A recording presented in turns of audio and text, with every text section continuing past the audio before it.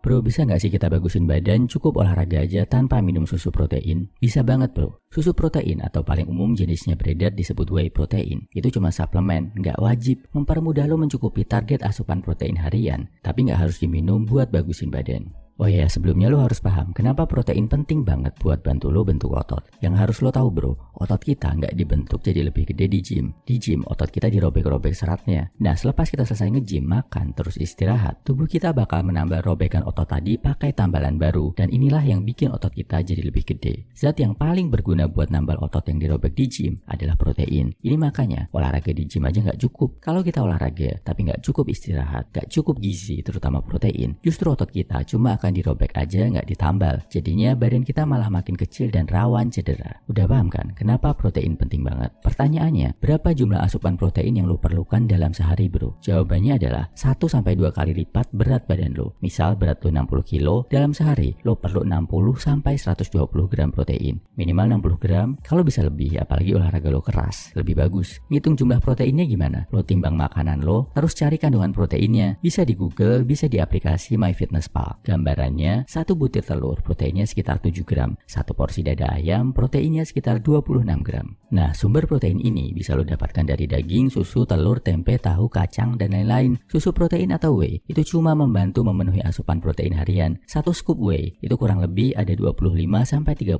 gram protein, setara sama 4 telur. Jelas lebih praktis minum whey daripada makan 4 butir telur kan? Selain itu, protein dari susu protein bisa dibilang lebih bersih karena kandungan gula, karbohidrat, dan lemaknya rendah. Kandungannya fokus ke protein. Misal lo makan 4 butir telur, di sana ada kandungan lemak, kolesterol yang cukup tinggi. Tapi kalau lo nggak mau beli whey, dapetin protein dari sumber makanan sehari-hari, lo juga bisa banget kok. Nah, susu protein itu ada beberapa jenis. Ada whey yang dari susu sapi, ada juga susu protein dari kedelai, ada juga susu protein dari daging atau kaldu hewan. Biasanya susu protein nabati dipakai kalau lo ada alergi sama whey. Tinggal cocok-cocokan bro. Paling murah, paling umum biasanya yang whey. Efek sampingnya kalau kebanyakan protein ada nggak? Nggak ada. Paling sakit perut kalau lo ada alergi sama jenis bahannya. Efek kebanyakan whey bisa bikin lo sakit ginjal dan hati. Itu secara ilmiah udah dibuktikan kalau cuma mitos. Kecuali sebelumnya lo udah punya riwayat sakit ginjal dulu. Terakhir, gimana dapat whey dengan harga murah? Tipsnya, pertama beli merek lokal, jangan yang impor. Gue udah coba beberapa merek, yang lokal efeknya nggak kalah bagus kok bro. Kedua, kecuali lo udah jadi binaraga profesional yang peduli banget sama keindahan otot, nggak perlu beli whey yang isolate. Yang whey concentrate aja udah cukup.